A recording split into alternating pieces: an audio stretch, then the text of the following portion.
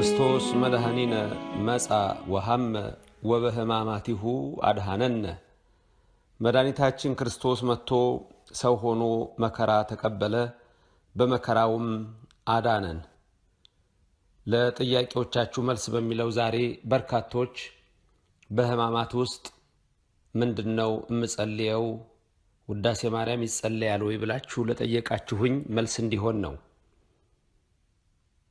በጸሎቱ ጉዳይ ብቻ ሳይሆን ስግደቱስ ድንገት ዛሬ ቤተክርስቲያን መሄድ ያልቻለ ሰው ሁሉ እንዴት ነው መስገድ ያለበት፣ በቤቱ ሆኖ በሚሰግድበት ጊዜ እንዴት ሆኖ ይሰግዳል የሚለውንም እንድንመለከት ነው። እግዚአብሔር አምላካችን ከሰማይ ሰማያት ወርዶ ከድንግል ማርያም ተወልዶ ያዳነን ክብርና ምስጋና ይግባው።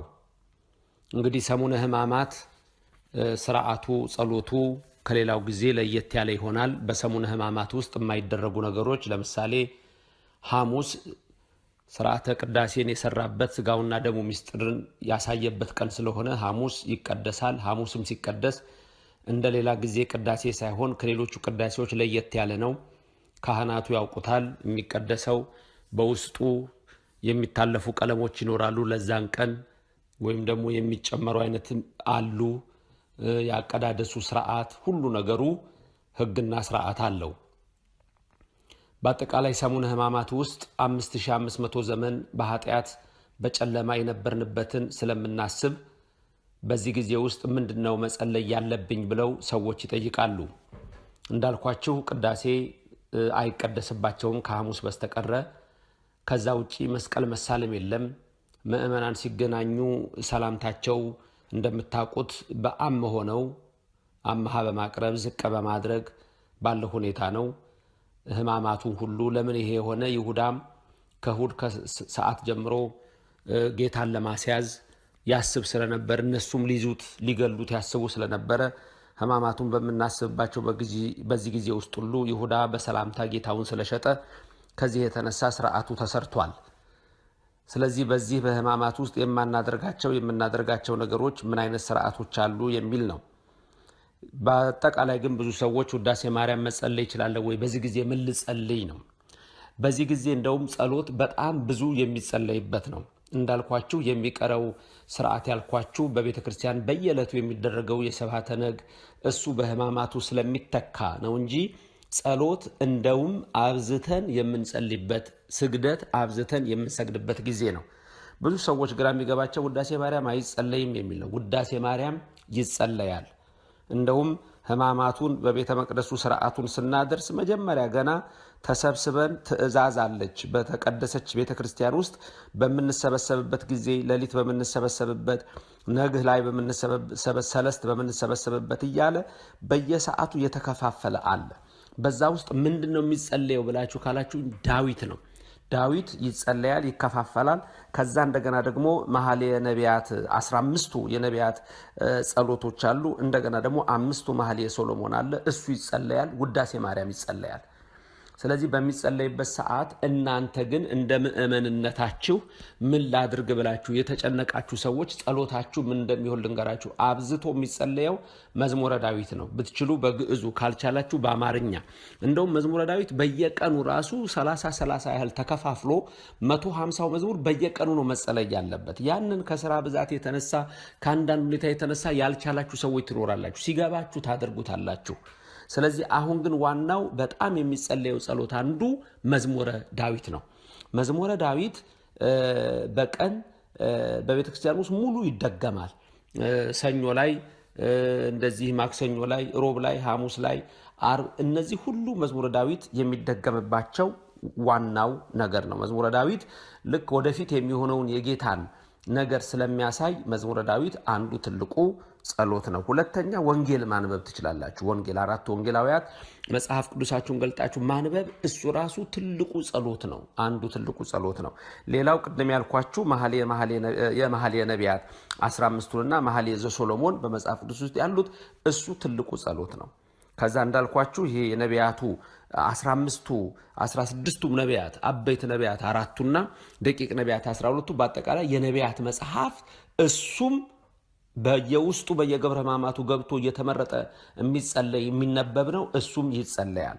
ሌላ ውዳሴ ማርያም አይቀርም። ውዳሴ ማርያም አይቀርም። እንደውም ውዳሴ ማርያም ሙሉ ነው በየቀኑ የሚደገመው። እንኳን ሊቀር በየቀኑ ከሰኞ ጀምሮ ያለው ይደገማል እስተ እሁድ እስተ አንቀጸ ብርሃን። እርግጥ ነው ውዳሴ ማርያም የሰኞ ሕማማት ላይ ለምሳሌ እስተ አርብ ድረስ ይደግምና ወደ የቅዳሜው ላይ ሲመጣ ደግሞ ወደ ማክሰኞ ላይ ያመጣዋል። እሱ የራሱን የቻለ ስርዓት ነው። ስለዚህ ውዳሴ ማርያም በየዕለቱ ቢያንስ ያልቻለ የዕለቷን ይጸልያል። ከመዝሙረ ዳዊት ይጸልያል። ከ15ቱ ከተወሰኑት ነቢያት ጸሎት ይጸልያል። መኃልየ ዘሰሎሞንን ይጸልያል። እንደገና ከነቢያት ከ16ቱ ነቢያት ያለውን ይጸልያል። እንደዚሁ እያለ ደግሞ ውዳሴ ማርያምን እስከ አንቀጸ ብርሃን ድረስ የሚችለውን ይጸልያል። ስለዚህ ጸሎት ድንገት እንደዚህ ገድላት መልካ መልኮችን እነዚህን ለማድረግ እነዚህ ጸሎቶች ስለተወሰኑ በእነዚህ ጊዜዎች በይበልጥ ይሄ ስለሚጸለይ፣ ስለዚህ ምእመናን ምን ልጸልይ ለምትሉ በተለይ እናንተ እኔ እንደው የሚታየኝን የራሴን ነው የምነግራችሁ። ካለው ሁኔታ አኳያ እንደው መዝሙረ ዳዊትና ውዳሴ ማርያምን ደግማችሁ ከነቢያት ደግማችሁ ወይም ወንጌል ደግማችሁ ሰምታችሁ ያንን ብታደርጉ አንዱ ትልቁ ነገር ነው። እግዚአብሔር ይርዳችሁ፣ በምሕረቱም በቸርነቱም ይጎብኛችሁ። ሌላው ስግደት ነው። ስግደት በትንሹ ብዙ ጊዜ ከአምስቱ ግዝት በዓላት የሚባሉ አሉ። የአምስቱ ግዝት በዓላት እነሱ ራሱን ችሎ ነው፣ ሌላ ጊዜ ነው የምነጋገረው። ይሄ ግን ሕማማት ውስጥ ቢያንስ ስንት ልስገድ ብሎ ለሚያስብ ጤነኛ ለሆነ ሰው እንደው በትንሹ ነው የምላችሁ፣ በትንሹ በቀን ውስጥ 200 ስግደት ሊሰግድ ይችላል። 200 ስግደት ሊሰግድ ይችላል። ለምሳሌ ልንገራችሁ።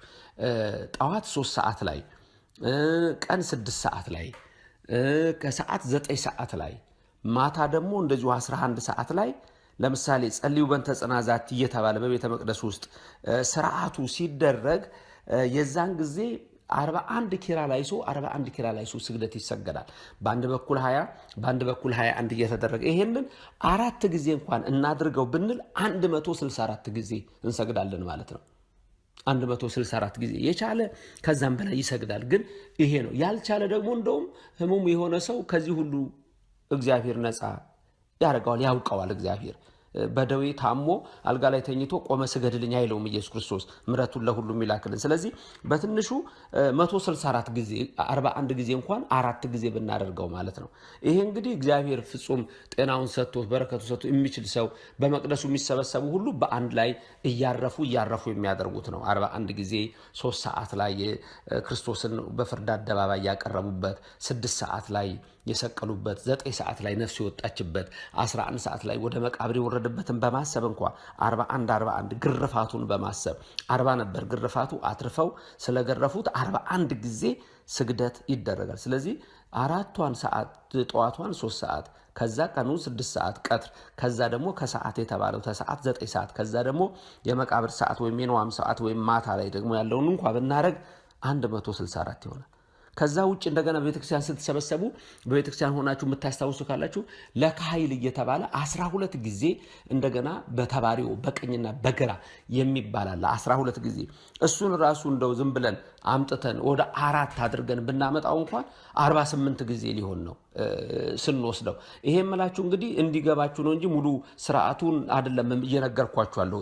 ለማንኛውም ምን ልጸልይ ምን ልስገድ ላላችሁ ሰዎች ስርዓቱና ህጉ ይሄ ነው። ዳዊት መድገም፣ ውዳሴ ማርያም መድገም፣ የነቢያትን ጸሎት የተባለውን በየዕለቱ የተወሰነውን መድገም፣ ከ16ቱ ነቢያት የተቻለውን እያወጡ ማንበብ፣ መድገም ማለት ማንበብ ነው።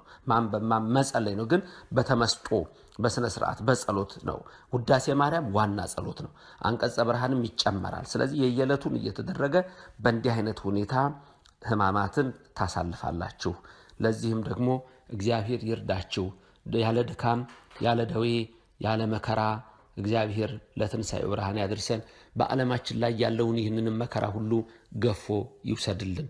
ስለዚህ እግዚአብሔር እሱ ከሰማይ ወረደ፣ ከድንግል ተወለደ፣ በ30 ዘመኑ ተጠመቀ፣ 3 ዓመት አስተምሮ ስለኛ መከራን ተቀበለ።